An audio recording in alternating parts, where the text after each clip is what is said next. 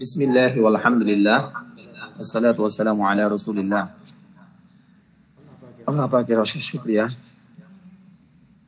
আবার আমরা আজকে ক্লাসে সবাই মিলে কি করতে পেরেছি, উপস্থিত হতে পেরেছি। শুকরিয়া আল্লাহ। দেখেন, একে একে করতে করতে কিন্তু আমাদের 4টা-5টা ক্লাস চলে গেল এবং আমরা একটা অধ্যায়কে শেষ করে ফেললাম, মানে একটা পাঠকে আমরা শেষ করে ফেললাম।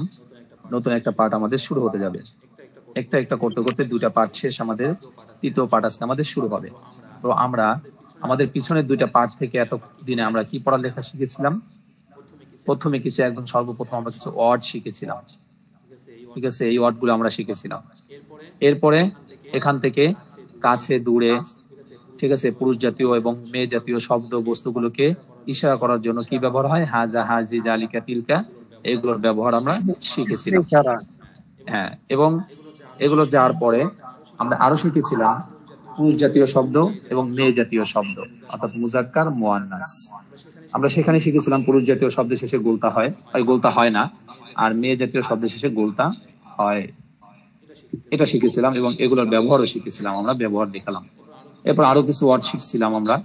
এরপর নতুন একটা ব্যাকরণ শিখেছিলাম প্রশ্ন করার জন্য, ইহা কি, উহা কি। আমরা কোনো বস্তু ইঙ্গিত করে যদি আমরা বলি এটা কি, ওটা কি, তখন সেটার জন্য কি বলবো? মাহাজা, মাহাজি, মাজালিকা, মাতিলকা, এগুলো আমরা শিখেছিলাম। এগুলো শেষ হওয়ার পরে আমাদের 2য় অধ্যায় গিয়েছিল, মানে 2য় পাঠ, সরি বারবার অধ্যায় বলতেছি, 2য় পাঠ অর্থাৎ দারসুস সানি। এটার মধ্যে আমাদের গিয়েছিল যে গুণবাচক শব্দ, অর্থাৎ যেটা গুণবাচক শব্দ সেটাকে কি বলে, আর যার গুণ বর্ণনা করা হচ্ছে তাকে কি বলে। অর্থাৎ এক কথা আমরা পড়েছিলাম সিফাত এবং মৌসুফ এর কি ব্যবহার, বা সিফাত এবং মৌসুফ সম্পর্কে, অর্থাৎ গুণবাচক শব্দ যার গুণ বোঝানো হচ্ছে এবং যে শব্দের মাধ্যমে গুণ বোঝানো হচ্ছে, দোষ গুণ, এগুলো নিয়ে আমরা আলোচনা করেছিলাম। এখানে এই শব্দগুলো আমরা দেখেছিলাম। এরপরে ধারাবাহিক করতে করতে করতে করতে আমরা এগুলো পড়ে এক পর্যায়ে এখন আমরা কি করেছি? এখানে চলে এসেছি। আজকে আমাদের 3য় পাঠটা শুরু হবে। তো 3য় পাঠ শুরু হওয়ার আগে আমাদের পিছনে যে পাঠটা পড়া গিয়েছে সেই সম্পর্কে আমি একটা ব্যাকরণ বা নিয়ম, যদিও আপনাদেরকে একটু আগে বলেছি, তারপর আবারও বলতেছি রেকর্ডে থাকার জন্য, যে যেই বস্তুর, মানে যেই ব্যক্তির বা যেই বস্তুর গুণাগুণ বর্ণনা করা হয় সেটাকে তো মৌসুফ বলে, আমরা জানি এটা। আর যে শব্দের মাধ্যমে দোষ গুণ বর্ণনা করা হচ্ছে ওই শব্দটাকে সিফাত বলা হয়। এখন নিয়মটা হলো, যেই শব্দের গোষ গুণ বর্ণনা করতেছি ওরা তো মৌসুফ বলে। মৌসুফটা যদি মুজাক্কার অর্থাৎ পুরুষ জাতীয় শব্দ হয়, তো এটার জন্য যে গুণ বুঝাবো সেই গুণটাও পুরুষ জাতীয় শব্দ হতে হবে। অর্থাৎ কিভাবে বুঝবো আরবিতে আমরা? গোলতা না থাকলে সেটা হলো পুরুষ জাতীয় শব্দ। যেমন আমরা দেখি মাসজিদুন, হাজা মাসজিদুন, মাসজিদুন শব্দটা মুজাক্কার, শেষে গোলতা নেই, এবং এটার গুণ বুঝাবো আমরা জাদিদুনের মাধ্যমে। তাহলে মাসজিদুন এর শেষে যেহেতু গোলতা নেই, সুতরাং এর গুণ যে শব্দের মাধ্যমে বুঝাবো সেটা শেষেও গোলতা থাকতে পারবে না। অর্থাৎ যে শব্দের মাধ্যমে গুণ, দোষ, গুণ বর্ণনা করা হবে ওই শব্দ শেষেও কি থাকতে পারবে না? গোলতা থাকতে পারবে না। তাহলে হাজা মাসজিদুন জাদিদুন, শেষে গোলতা নেই, কারণ মাসজিদুনের শেষে গোলতা নেই। এরপরে এটা গেল এক নিয়ম। সিফাত মৌসুফিতে কয়েকটা নিয়ম আছে, তার ভিতরে একটা নিয়ম গেল যে মৌসুফটা মুজাক্কার হলে সিফাতটাও মুজাক্কার, মৌসুফটা মুয়ান্নাস হলে সিফাতটাও মুয়ান্নাস। এখন মুয়ান্নাসের একটা উদাহরণ দেখাই, এটার নিচেরটা বরাবর দেখেন, তিলকা হুজরাতুন নাজিফাতুন। দেখেন এখানে হুজরাতুন শেষে গোলতা আছে, তাই এটার গুণবাচক শব্দের জন্য শেষে গোলতা নিয়ে, মানে গোলতা আছে এমন একটা শব্দ নেওয়া হয়েছে, ঠিক আছে? এক কথায় বলা যায় মৌসুফটা যদি মুজাক্কার হয় সিফাতটাও মুজাক্কার, মৌসুফটা যদি মুয়ান্নাস হয় সিফাতটাও মুয়ান্নাস হবে, আমরা এটা জানি, ঠিক আছে? এরপরে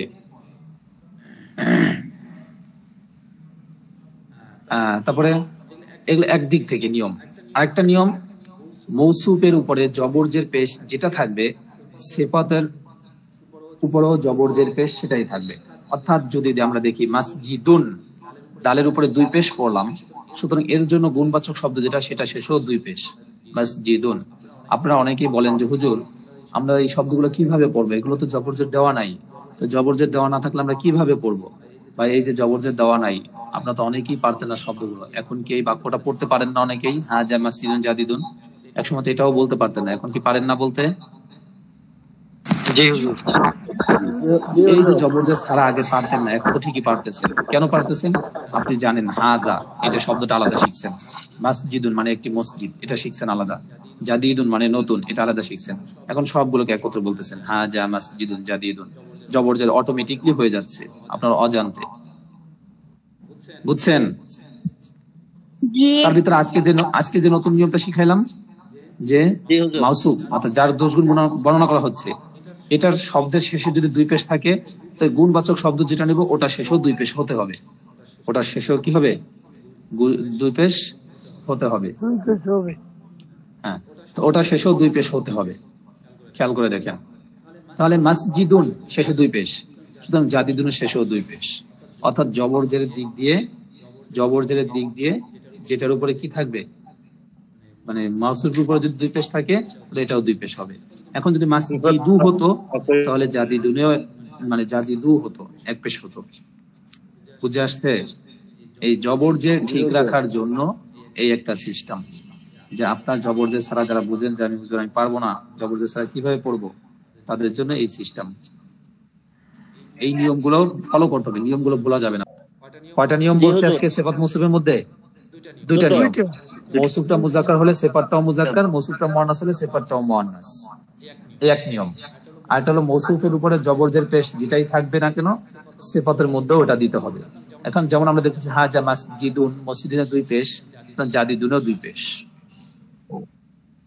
বুঝে আসছে? এই নিয়ম আমাদের নতুন পড়া শুরু হতে যাচ্ছে।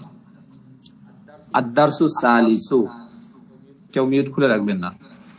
আদ-দারসু সালিসু। এখন এইটা কি? আদ-দারসু মানে পাঠ, আর সালিসু মানে তৃতীয়। 1 2 3 এগুলো কি গুণবাচক শব্দ নাকি অন্য কিছু? কথা বলেন। 1 2 3 এগুলো কি গুণবাচক শব্দ নাকি এমনি কোনো সংখ্যা জাতীয় শব্দ? সংখ্যা জাতীয় শব্দ। সংখ্যা জাতীয় শব্দ হলে ওগুলো তো গুণ। ক্লাসের ফার্স্ট বয়, পরীক্ষায় 1 হয়েছে, এটা কি এই স্টুডেন্টদের জন্য গুণ নাকি খারাপ? গুণ। অন্য কিছু? কথা বলেন। জি গুণ। গুণ, তার ভালো। তৃতীয়, এটা এই দর্সের জন্য একটা গুণ। আদ-দারসু সালিসু। তাহলে আদ-দারসু কি হবে? যার গুণাগুণ বর্ণনা করছেন তাকে কি বলে? মাউসুফ। মাউসুফ। আদ-দারসু মাউসুফ, আর সালিসু সিফাত। সিফাত। আদ-দারসু পড়লেন এক পেশ, এজন্য আস-সালিসু এক পেশ পড়তে হবে। পেয়েছেন? একটু আগে উদাহরণ দিলাম কিসের? দুই পেশের উদাহরণ, যে মাসজিদুন জাদিদুন। মাসজিদুন দুই পেশ হয়েছে, তাই জাদিদুন দুই পেশ নিতে হবে। এখন দেখেন এক পেশের উদাহরণ, আদ-দারসু এক পেশ, সুতরাং আস-সালিসু এক পেশ হবে। কারণ আদ-দারসুর মধ্যে যা হবে সালিসের মধ্যেও তাই হবে। বুঝে আসছে? কথা বলেন ভাইয়া। আমাদের নতুন শব্দে চলে যাব, সবাই খাতা কলম হাতে নিয়ে লক্ষ্য করি। তৃতীয় পার্টে আজকে আমাদের কিছু ওয়ার্ড শেখানো হবে এবং একটা নতুন করে ব্যাকরণ শেখানো হবে। ঠিক আছে? আগে থাকতে সবাই প্রস্তুতি থাকি। আল্লাহু আকবার। তিলমিজুন একজন ছাত্র, স্টুডেন্ট। ঠিক আছে? তিলমিজুন। বড় আফসোস আপনাদের প্রতি, মানুষ মনোযোগের সাথে পড়ে, আপনারা একজন যান আসেন, মানে সংখ্যা কমে, সংখ্যা বাড়ে না। তিলমিজুন একজন ছাত্র, স্টুডেন্ট যেটাই বলেন। তিলমিজুন, তা লাম মিম ইয়া জাল, তিলমিজুন। বুঝছেন কথাটা? স্পষ্ট ভাবে শুনে নিয়েন। তিলমিজুন একজন ছাত্র, এটার মুআন্নাস মানে বিপরীত শব্দ, এটা একজন ছাত্র। ছাত্রী কি? তিলমিজাতুন, শেষে এটা তা লাগায় দেন। তিলমিজাতুন একজন ছাত্রী। এক কথা বলতে পারি বিপরীত শব্দ। ঠিক আছে? বিপরীত শব্দ এগুলো। মুআল্লিমুন একজন শিক্ষক। মুআল্লিমুন শিক্ষককে কি বলে? ওস্তাদকে কি বলে?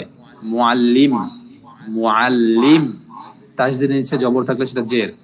তাহলে মুআল্লিমুন একজন শিক্ষক, মুআল্লিমাতুন শেষে তা যোগ করলে মুআল্লিমাতুন একজন শিক্ষিকা, একজন শিক্ষিকা। এরপরে ওয়ালাদুন, ওয়ালাদুন, ওয়ালাদুন, ওয়ালাদুন একটি ছেলে, ছেলে ওয়ালাদুন। আর এখান থেকে বিনতুন, বিনতুন একটি মেয়ে, বিনতুন, বিনতুন একটি মেয়ে। তিফলুন, তিফলাতুন দুটাই হয়, শিশু, শিশুটাতে শিশু হতে পারে, মেয়ে শিশু হতে পারে, ছোট যে বাচ্চা শিশু। তিফলুন, তিফলাতুন দুটোই বলতে হবে, একটি শিশু। তিফলুন, তিফলাতুন একটি শিশু। শিশু বলতে দুটাই আসে, ছেলে মেয়ে, এই জন্য দুটাই বলতে হবে, তিফলুন, তিফলাতুন। এখন সেটা আপনি যখন বাস্তবে যে আপনার সামনে থাকবে, যাকে বুঝতে চাচ্ছেন, ওটার উপর মানে নির্ভর করে আপনি শব্দ মানে ইউজ করবেন। মেয়ে হলে, মেয়ে বাচ্চা হলে তিফলাতুন বলবেন, ছেলে বাচ্চা হলে তিফলুন বলবেন। এরপর আসেন মুআদ্দাবুন, মুআদ্দাবুন, মুআদ্দাব এই শব্দটা এখন বাংলায় চলে এসেছে, ভদ্র শব্দ। মুআদ্দাব আমরা মাদ্রাসার ক্ষেত্রে আমাদের মাদ্রাসা বাচ্চাদের যারা ভদ্র হয় সভ্য বা নম্র ভদ্র হয় কথা শুনে, তাদেরকে আমরা বলি ছেলেটা খুব মুআদ্দাব, মানে ভদ্র। মুআদ্দাব ভদ্র সভ্য, ঠিক আছে। এই শব্দগুলো গেল, আমি শব্দগুলো আবারও বলতেছি, খেয়াল করবেন। তিলমিজুন একজন ছাত্র, তিলমিজাতুন একজন ছাত্রী, মুআল্লিমুন একজন শিক্ষক, মুআল্লিমাতুন একজন শিক্ষিকা, ওয়ালাদুন একটি ছেলে, বিনতুন একটি মেয়ে, তিফলুন, তিফলাতুন একটি শিশু, মুআদ্দাবুন, মুআদ্দাবুন, মুআদ্দাবুন ভদ্র সভ্য, মুআদ্দাবুন ভদ্র সভ্য। ক্লিয়ার? জি। আজকে আমরা পড়ব সর্বনাম, যেটাকে আমরা প্রোনাউন বলি। কি বলি? প্রোনাউন। হ্যাঁ, প্রোনাউন আমরা ইংলিশে পড়ছি যারা জানি।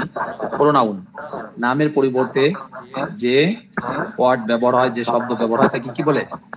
প্রোনাউন বলে। পড়ছি না আমরা? জি আমি একটু বলি। জি যে আচ্ছা, প্রোনাউন, প্রোনাউন আপনার ইংলিশে বললাম যাতে সহজে বুঝেন। বাংলায় সর্বনাম বলে, বাংলায় সর্বনাম বলে, ইংলিশে প্রোনাউন বলা হয়, ঠিক আছে। আর আরবিতে এগুলোকে জমির বলে। কি বলে? জমির। কি বলে?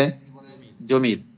লেখেন এখন আপনার মতো করে, আপনি যেটা লেখেন, বাংলাও লিখতে পারেন, ইংলিশও লিখতে পারেন, আরবিও লিখতে পারেন। যেহেতু আরবি শিখছেন, আরবিটা আগে লেখেন জমির, এরপরে ব্র্যাকেটে আপনি সহজে বোঝার জন্য লিখে রাখেন প্রোনাউন, সর্বনাম, যার যেটা ভালো লাগে। লিখছেন, একটা হেডলাইন লিখছেন জমির, জি হুজুর লিখছি। সর্বনাম, প্রোনাউন। জি। এরপরে জমির, জমিরটা আরবিতে লিখলে হবে দদ মিম ইয়া রা, দদ মিম ইয়া রা একত্রে দমির, ঠিক আছে। আসেন এখন জমির গুলো কি কি, প্রোনাউন গুলো আপনারা যেগুলো পড়েছেন ইংলিশে, ঠিক আছে, ওগুলোর সাথে আরবি গুলোর মিল আছে। তো আরবি গুলোর মিল থাকলেও এখানে সবগুলো একত্র বলতেছে না, যেটা এখন প্রয়োজন সেটা বলতেছে। আমাদের দৈনন্দিন জীবনে আমরা যে আমি, তুমি, সে, এই তিনটা আমাদের দৈনন্দিন জীবনে সব থেকে বেশি ব্যবহার হয়। আমাদের দৈনন্দিন জীবনে এই তিনটা শব্দ বেশি ব্যবহার হয়। আমি, তুমি, সে। আমি আজকে যাব না, আমি আজকে খাবো না, তুমি এদিকে আসো, তুমি ওদিকে যেও না, ঠিক আছে। সে আজকে আমার কাছে আসেনি, সে আমার বইটা নিয়ে গেছে। এই জাতীয় শব্দ, সে, আমি, তুমি, সে, আমি আর তুমি, এই তিনটা আমরা বেশি ব্যবহার করে থাকি, ঠিক আছে। এই জন্য এই তিনটা উদাহরণ এখানে দিয়েছে। এখন আসেন জমির কাকে বলে, প্রোনাউন কাকে বলে। নামের পরিবর্তে, নামের পরিবর্তে, ঠিক আছে, যে ইসিম ব্যবহার হয় তাকে কি বলে? জমির বলে। এটাকে আমাদের মতো করে আরবিতে বললে আরো সুন্দর করে বলা যায়, সেটা হলো ইসমে জহের। লেখেন ইসমে জহের, ইসমে জহের। বাংলাতে ইসমে জাহের আছে, যেভাবে লেখেন জি চালু করবেন। ইসমে জাহের এর পরিবর্তে, ইসমে জাহের এর পরিবর্তে যে শব্দ ব্যবহার হয় বা যে ইসম ব্যবহার হয়, ইসিম মানে শব্দ, যেটাই বলেন সমস্যা নাই।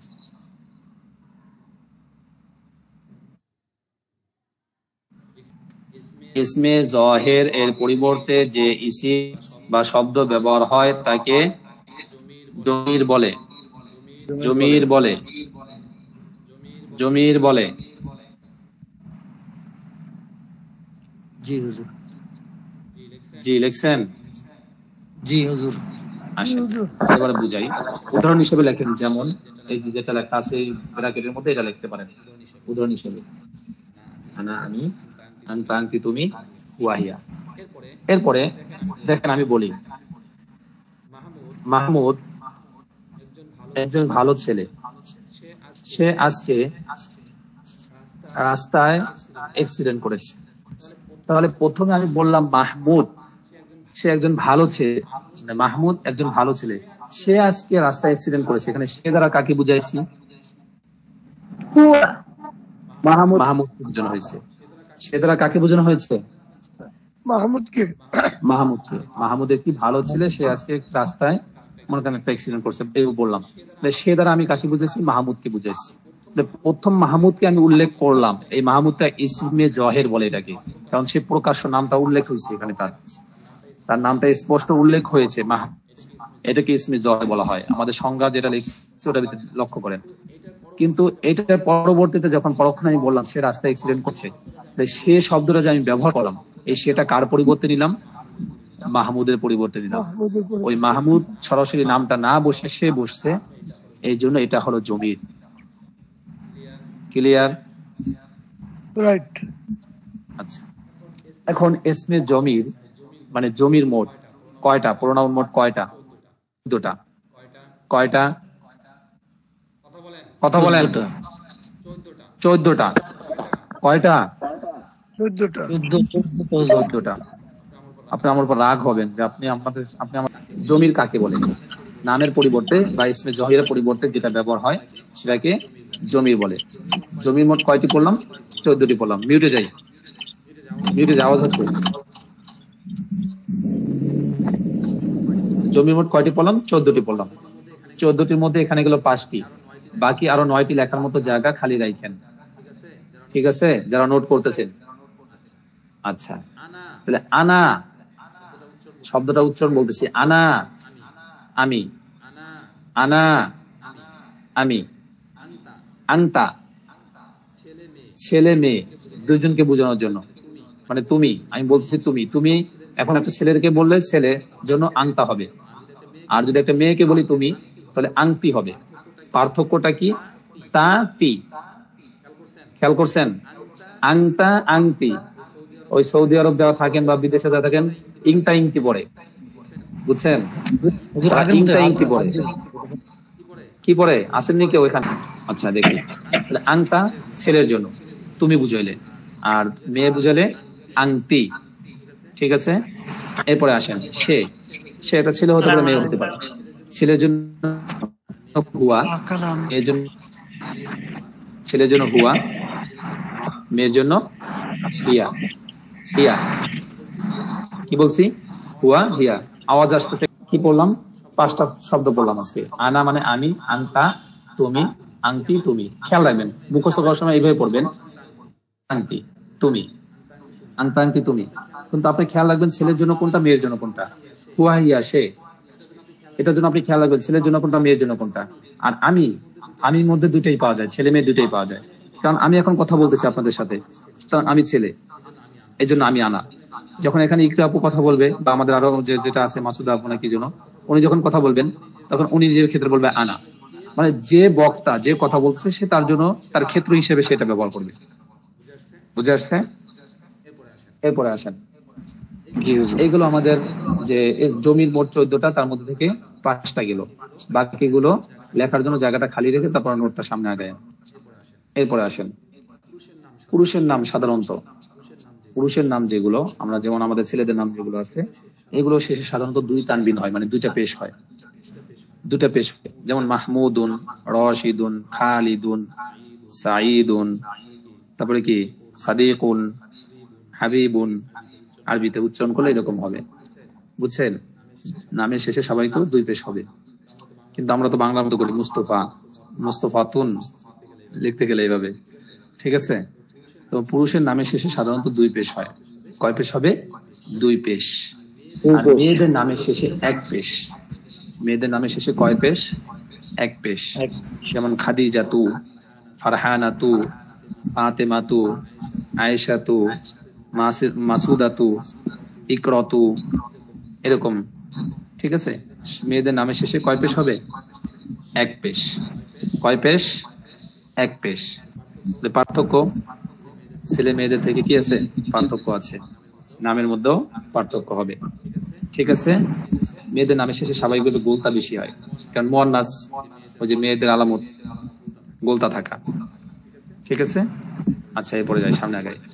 এইটা একটা নিয়ম গেল, কিন্তু এটা বইয়ের মধ্যে আছে, যেন লেখাইলাম না, যে পুরুষের নামের শেষে দুই পেশ হয় আর মেয়েদের নামের শেষে সাধারণত এক পেশ হয়।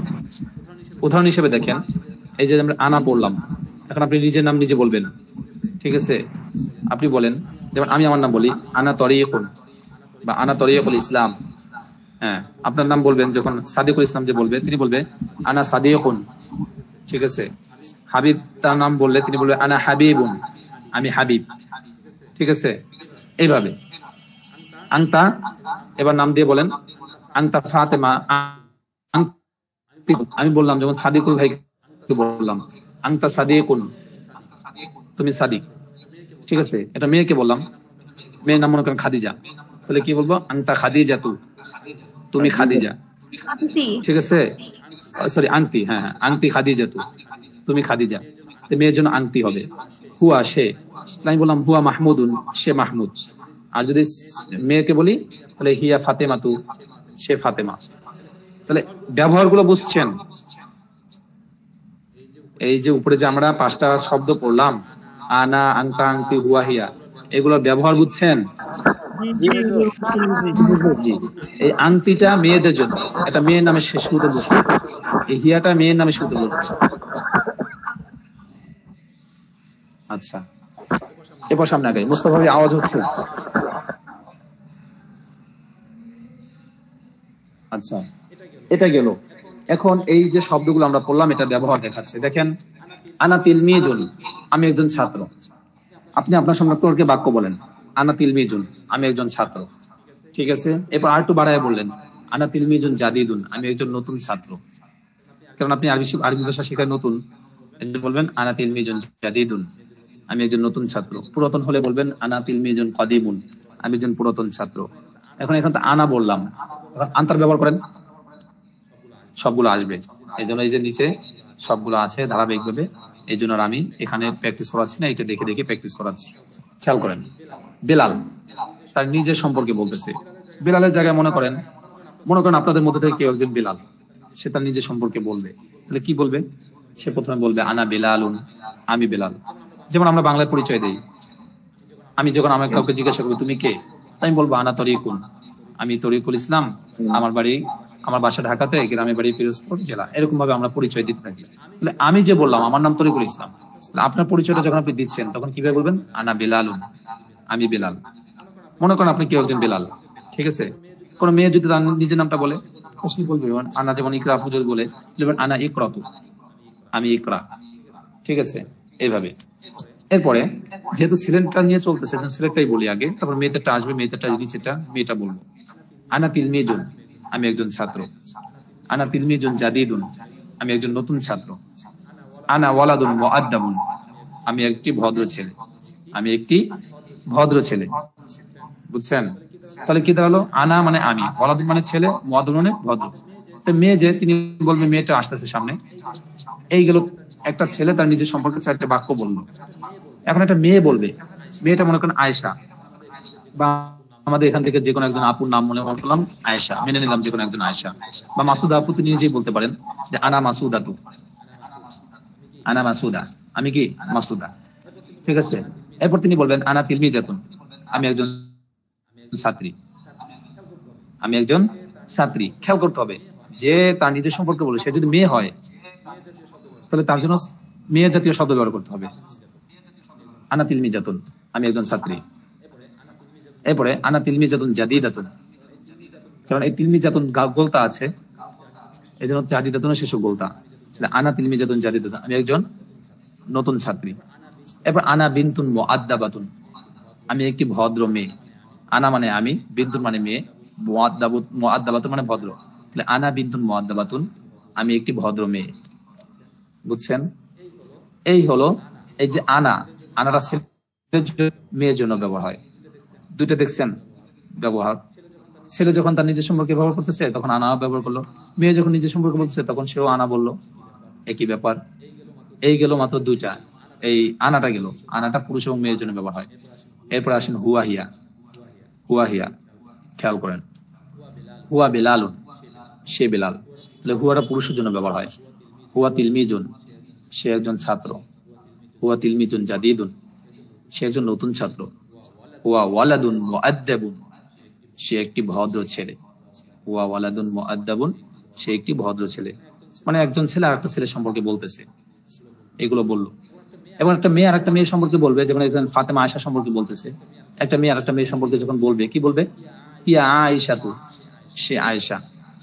হিয়া তিলমিজাতুন, সে একজন ছাত্রী।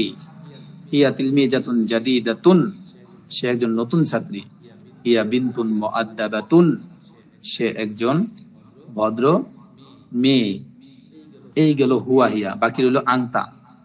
আংতাটা এখন নিজেরা আমরা বানাই, পারবেন না বানাতে নিজেরা? হুয়ার জায়গায় সবাই এখন আংতা বসান, এই হুয়ার জায়গায় আংতা বসান। আংতা বেলালুন, তুমি একজন, তুমি কি বেলাল? আংতা বেলালুন, তুমি বেলাল। আংতা তিলমিজুন, তুমি একজন ছাত্র। আংতা তিলমিজুন জাদিদুন, তুমি একজন নতুন ছাত্র। আংতা ওয়ালাদুন মুআদ্দাবুন, তুমি একটি ভদ্র ছেলে। আংতা ওয়ালাদুন মুআদ্দাবুন, তুমি একটি ভদ্র ছেলে। এই যে আমরা এই যে পড়ছি, এই যে আংতা, এই যে আংতা, আংটি, এখান থেকে আংতা দ্বারা নিলাম, যেটা এটা নিয়ে বানাইছি। এখন এই আংটি নিয়ে বানাবো, এটা নিয়ে বানাবো, এটা নিয়ে বানালে কি বানাবো? এখানে যে হিয়ার জায়গায় আংটি দেই, হিয়া এর জায়গায় আংটি বসাই। আংটি আয়েশাতু, তুমি আয়েশা। আংটি তিলমিজাতুন, তুমি একজন ছাত্রী। আংটি তিলমিজাতুন জাদিদাতুন, তুমি একজন নতুন ছাত্রী। আংটি বিনতুন মুআদ্দাবাতুন, তুমি একটি ভদ্র মেয়ে। সবগুলোর ব্যবহার হলো ক্লিয়ার? সবগুলোর ব্যবহার পেয়েছেন?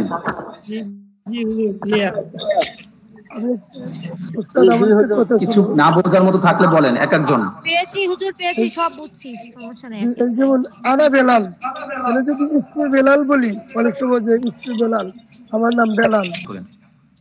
তাহলে আজকে আমরা তৃতীয় পাঠটা পড়লাম। তৃতীয় পাঠে কিছু শব্দ অর্থ পড়েছিলাম, যেগুলোকে বিপরীত শব্দ বলতে পারি। ঠিক আছে, এগুলো পড়লাম। এটা পড়ার আগে আমরা সিফাত মৌসুফের একটা ব্যাকরণ পড়েছিলাম। অর্থাৎ মৌসুফ যদি মুজাক্কার হয় সিফাতটাও মুজাক্কার, মৌসুফ যদি মুআন্নাস হয় সিফাতটাও মুআন্নাস। এর একটা দিক ছিল। আর একটা দিক ছিল মৌসুফ যদি দুই জবর দুই জের দুই পেশ বা এক জবর এক জবর এক পেশ যাই থাকুক না কেন, অর্থাৎ মৌসুফের শেষ অক্ষরের জবর জের পেশের মধ্যে যেটা থাকবে সিফাতের মধ্যেও সেটা থাকবে। এটা পড়ছিলাম। এরপরে আরেকটা পড়লাম আজকে প্রোনাউন। ঠিক আছে, যেটাকে আরবিতে বলা হয় জমির, বাংলায় সর্বনাম বলে। সেটা সংজ্ঞা পড়লাম কাকে বলে। ঠিক আছে, সেটা পড়ছিলাম যে ইসমে জহের অর্থাৎ প্রকাশ্য যে নাম, এই নামের পরিবর্তে যে শব্দ ব্যবহার হয়, যেমন সে, আমি, তুমি, এগুলোকে জমির বলা হয়। ঠিক আছে, জমির মোট 14টি, তার মধ্যে থেকে এখানে 5টি দেওয়া হয়েছে। আমরা যে 5টি বেশি ব্যবহার করে থাকি সেটা দেওয়া হলো। এরপর আরেকটা নিয়ম পড়লাম, পুরুষের নামের শেষে সাধারণত 2 পেশ হয়, মেয়েদের নামের শেষে সাধারণত 1 পেশ হয়। এগুলো পড়লাম। এবং এরপরে আমরা এই যে জমিরের থেকে অর্থাৎ সর্বনাম প্রোনাউন যেটা 5টা, 14টার মধ্যে থেকে 5টা ব্যবহার পড়লাম। ঠিক আছে, যদি এখানে মাত্র 4টার ব্যবহার দেওয়া আছে, 3টার ব্যবহার দেওয়া আছে, বাকি 2টা নেই, 2টা আমরা বানিয়ে দেখালাম। এই যে হুয়ার যেখানে আছে, এই হুয়াটার জায়গায় শুধু আংতা বসাতে হবে, হিয়ার জায়গায় শুধু আংটি বসাতে হবে, তাহলে এটার ব্যবহারও হয়ে যাবে। ঠিক আছে, এরপরে আরেকটু পড়া আছে, এই পড়াটা আমাদের পড়তে হবে। ঠিক আছে, এই পড়াটা পড়ার আগে আমাদের নিচে 2টা শব্দ আছে কয়েকটা, এই শব্দগুলো আমাদের পড়তে হবে, একটু খেয়াল করি। হাল, হাল, হাল কি? হাল কি? প্রশ্নবাদক। এটাকে কি বলে? এটা নোট করেছি, বলেন কি বলে এটা? কি মান, নোটের জায়গায় ফাঁকা রাখতে বলছিলাম, ওখানে লেখেন এখন। হাল কি? মান, বাল বরং। যদিও আমাদের কাছে আমাদের এটা একটা খারাপ মানে ভাষা মনে হয়, আমাদের কাছে এটা বকা মনে হয়, কিন্তু আরবি ভাষা এটা বকা না। বাল বরং। নাম হ্যাঁ, নাম নাম হ্যাঁ, যেটাকে ওকে বলে, ওকে ইংলিশে ওকে। ওকে আর ব্যবহার করবেন না, এখন থেকে নাম বলবেন। নাম না আম। মান কে কে, মান কে, মান কে, এটা হরফে ইস্তেফহাম কিন্তু। এবার লা না, লা না, ফোন করছে। আওয়াজ আসতেছে। লা না, ওয়াও এবং, যেটাকে ইংলিশে আমরা বাট ব্যবহার করে থাকি, বাংলায় এবং বলি, ওটাকে ওয়াও, শুধু ওয়াও, ওয়া ওয়া এবং। এই 4-6টা শব্দ শিখলাম। এরপরে আসেন হুজুর আরেকবার এই একটু যে বলেন হুজুর, এই 6টা শব্দ আরেকবার একটু বলেন। হাল হাল কি? হাল, হাল হ্যাঁ, হাল হচ্ছে বাল। কি? হাল মানে বাল কি? হচ্ছে বরং, কি হাল বরং। কি, বাল বরং, আর হচ্ছে মান কি? নাম, নাম মানে হ্যাঁ ওকে, যেটাই বলেন। মান নাম, কে? নাম না মান, মান কি? নাম নুন দেব না, আইন দিন নাম, নাম নাম, নামটা কি? নামটা কি? মানে এটা। এরপরে আসেন আর একটু পড়াবো ধৈর্যের সাথে। এই যে এটা, এই যে এই যে 3টা লাইন। বেলালুন তিলমিজুন জাদিদুন, বেলাল একজন নতুন ছাত্র। বেলালুন তিলমিজুন জাদিদুন, বেলাল একজন নতুন ছাত্র। মাজিদুন, মাজিদুন মুআল্লিমুন, এখন জবর জের নাই, এটা আপনার নিজে দিয়ে নিতে হবে, কারণ পুরুষের নামে শেষে সাধারণত 2 পেশ হয়। দেন মাজিদুন, আর মৌসুফ 2 পেশ হলে সিফাত 2 পেশ। মুআল্লিমুন 2 পেশ, জাইয়িদুন 2 পেশ। তাহলে মাজিদুন মুআল্লিমুন জাইয়িদুন, মাজিদ একজন ভালো শিক্ষক। জাইনাবু মেয়েদের নামে শেষে 1 পেশ। জাইনাবু, জাইনাব মেয়েদের নাম। জাইনাবু বিনতুন সগীরাতুন, জাইনাব একটি ছোট মেয়ে। ফারহানাতু ফারহানা, মুআল্লিমাতুন শিক্ষিকা। জাদিদাতুন নতুন, ফারহানা একজন নতুন শিক্ষিকা। মাহমুদুন পুরুষের নামে শেষে 2 পেশ। মাহমুদুন তিফলুন জামিলুন, মাহমুদ একটি সুন্দর শিশু। ফাতেমাতু ফাতেমা, তিফলাতুন জামিলাতুন। ফাতেমা তিফলাতুন, ফাতেমাতু 1 পেশ, মেয়েদের নামে শেষ। তিফলাতুন শিশু, জামিলাতুন মানে সুন্দর। ফাতেমা একটি সুন্দর শিশু বা সুন্দরী, যেটাই বলেন। খালিদুন খালেদ পুরুষের নামে শেষে 2 পেশ। ওয়ালাদুন মুআদ্দাবুন, খালেদ একটি ভদ্র ছেলে। খাদিজাতু মেয়েদের নামে শেষে 1 পেশ। খাদিজাতু বিনতুন মুআদ্দাবাতুন, খাদিজা একটি ভদ্র মেয়ে, ভদ্র মেয়ে। ঠিক আছে, সবাই ভালো করে পড়ে আসবেন। ঠিক আছে, আপনারা যদি